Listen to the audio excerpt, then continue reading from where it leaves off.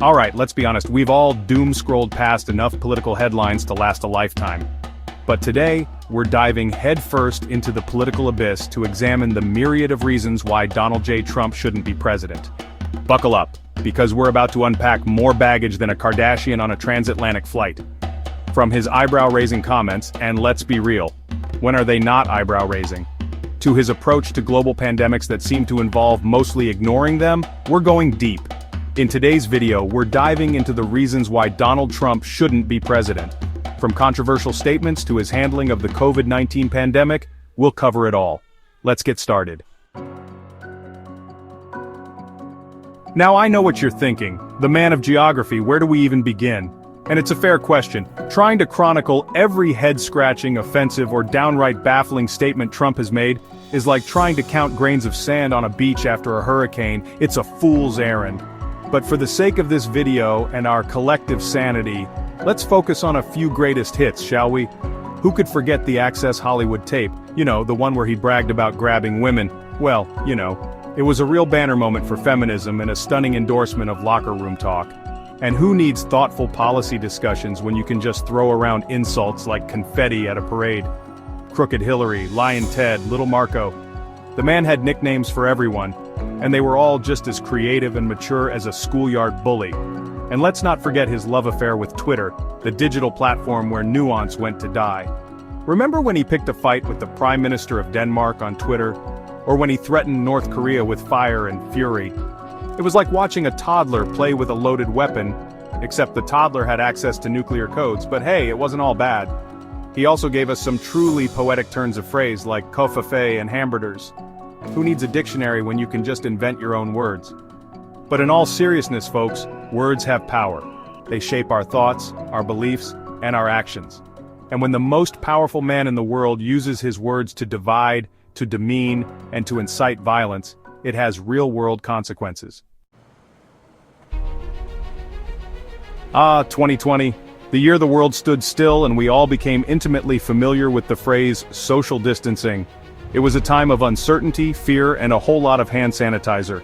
And how did America's fearless leader handle this unprecedented global crisis? Well, if you can recall, it was a masterclass in what not to do. Remember when he said COVID-19 would magically disappear?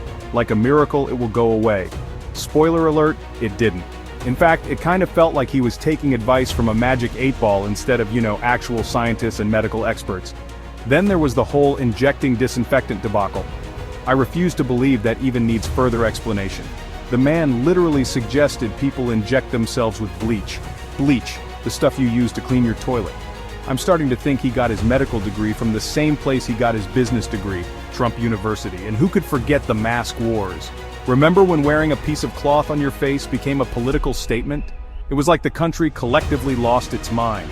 And Trump, well, he fanned the flames of that dumpster fire with the enthusiasm of a pyromaniac at a match factory. Look, I get it, pandemics are tough, they're complex, they're scary, and there's no easy answers. But when you're the leader of the free world, you don't get to just wing it. You don't get to ignore science and spread misinformation.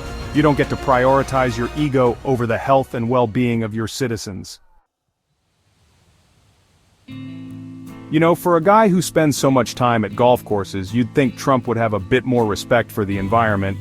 But alas, it seems his love for lush green fairways didn't extend to, the actual planet. In fact, his environmental policies were about as popular as a coal-fired power plant in a yoga studio.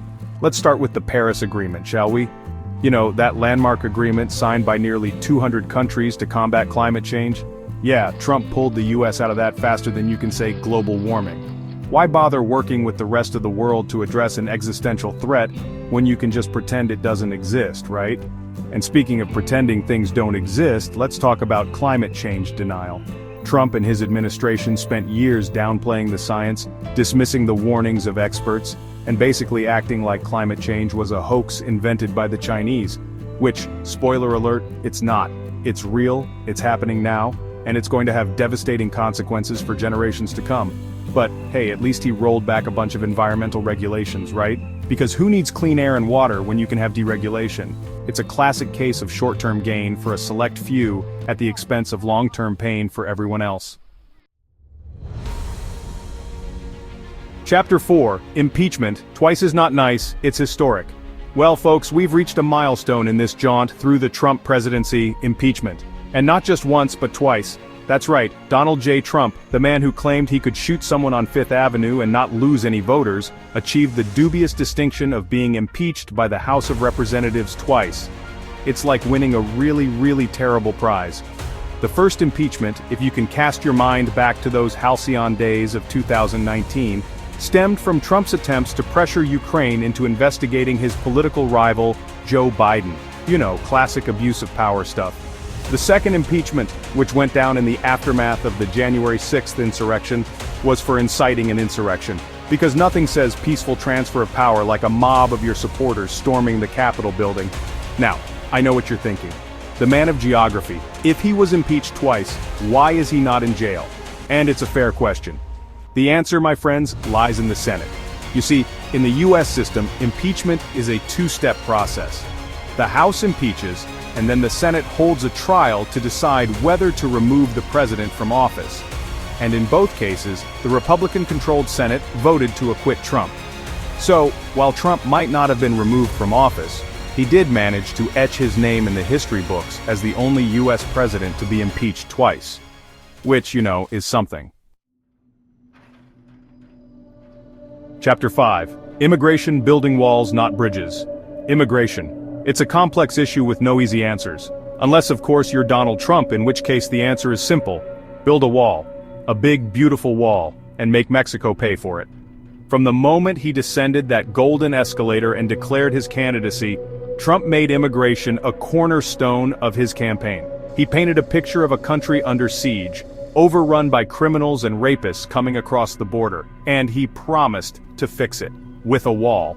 But the wall, as it turned out, was more of a metaphor than an actual plan. It was a symbol of Trump's hardline approach to immigration, an approach that was long on rhetoric and short on nuance.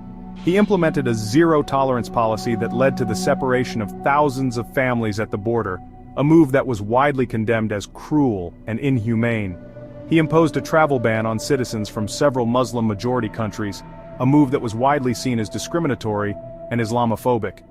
And he made it significantly harder for people to seek asylum in the United States, a move that was widely criticized by human rights groups. Trump's immigration policies were, in a word, chaotic. They were driven by fear and xenophobia, and they caused real harm to real people.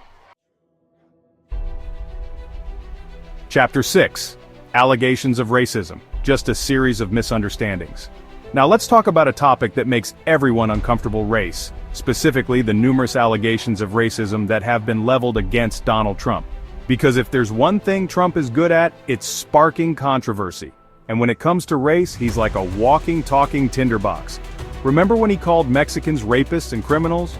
Or when he said a judge couldn't be fair because of his Mexican heritage? Or when he said there were very fine people on both sides of a white supremacist rally in Charlottesville? These aren't just gaffes, folks. These are patterns of behavior. And let's not forget his policies, which have disproportionately impacted communities of color.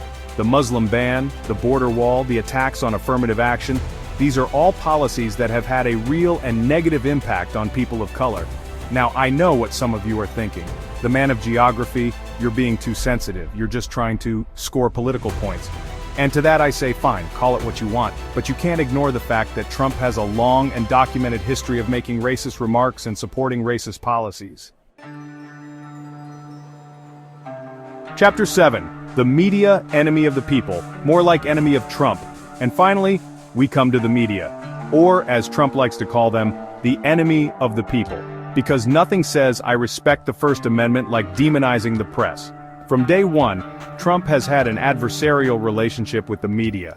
He's called them fake news, he's accused them of treason, and he's even encouraged violence against journalists. It's almost like he missed that whole freedom of the press thing in civics class.